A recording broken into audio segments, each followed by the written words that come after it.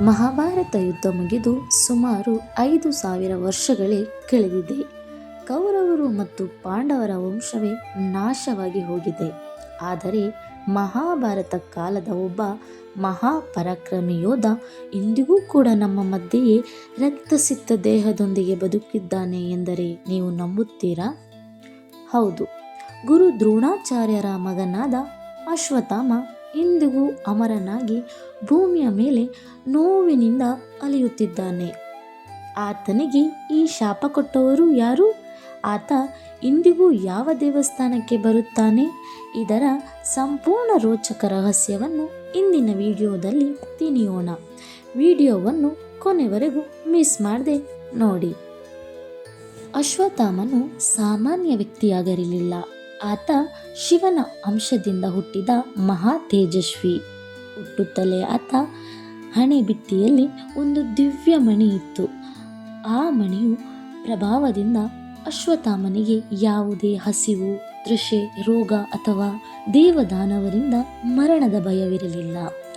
ಮಹಾಭಾರತ ಯುದ್ಧದಲ್ಲಿ ಕೌರವರ ಪರವಾಗಿ ನಿಂತು ಪಾಂಡವರ ಸೈನ್ಯವನ್ನು ಧ್ವಂಸ ಮಾಡಿದ ಅಪ್ರತಿಮ ವೀರ ಈತ.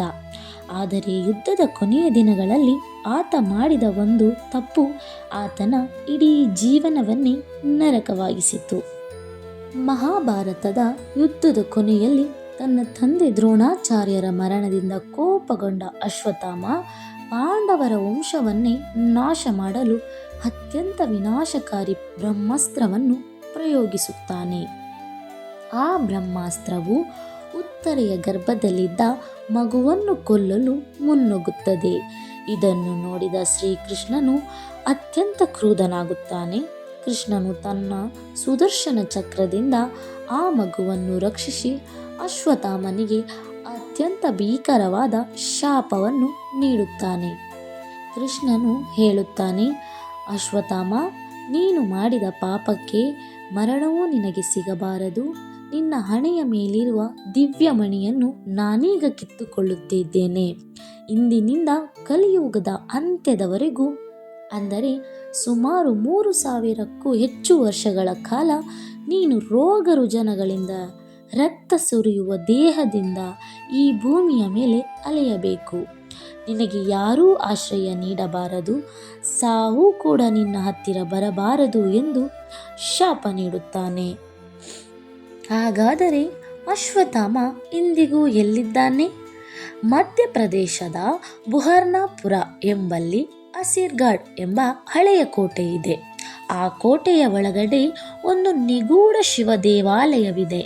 ಇಲ್ಲಿನ ಸ್ಥಳೀಯರು ಹೇಳುವ ಪ್ರಕಾರ ಇಂದಿಗೂ ಪ್ರತಿದಿನ ಮುಂಜಾನೆ ಯಾರಿಗೂ ತಿಳಿಯದಂತೆ ಆ ದೇವಸ್ಥಾನದ ಬಾಗಿಲು ಒಳಗಿನಿಂದ ಓಪನ್ ಆಗುತ್ತದೆ ಮತ್ತು ಶಿವಲಿಂಗದ ಮೇಲೆ ತಾಜಾ ಹೂವುಗಳು ಹಾಗೂ ಚಂದನ ಇಡಲಾಗಿರುತ್ತದೆ.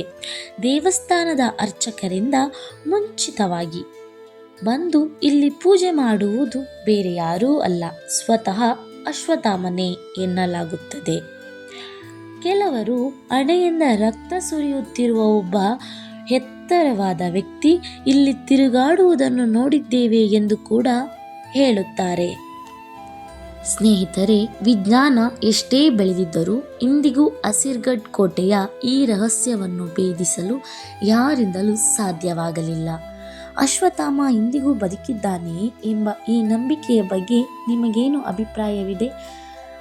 ಅಶ್ವತ್ಥಾಮ ನಿಜವಾಗಿಯೂ ಬದುಕಿದ್ದಾನಾ ಅಥವಾ ಇದು ಬರೀ ಕಲ್ಪನೆಯೇ? ನಿಮ್ಮ ಅನಿಸಿಕೆಯನ್ನು ಕಮೆಂಟ್ ಮೂಲಕ ನನಗೆ ತಿಳಿಸಿ. ವಿಡಿಯೋ ಇಷ್ಟವಾಗಿದ್ದರೆ ಲೈಕ್ ಮಾಡಿ ಮತ್ತು ನಮ್ಮ AUA ಕ್ರಿಯೇಟಿವ್ ಚಾನಲ್ಗೆ ತಪ್ಪದೆ ಸಬ್ಸ್ಕ್ರೈಬ್ ಮಾಡಿ. ಧನ್ಯವಾದಗಳು ಸ್ನೇಹಿತರೆ.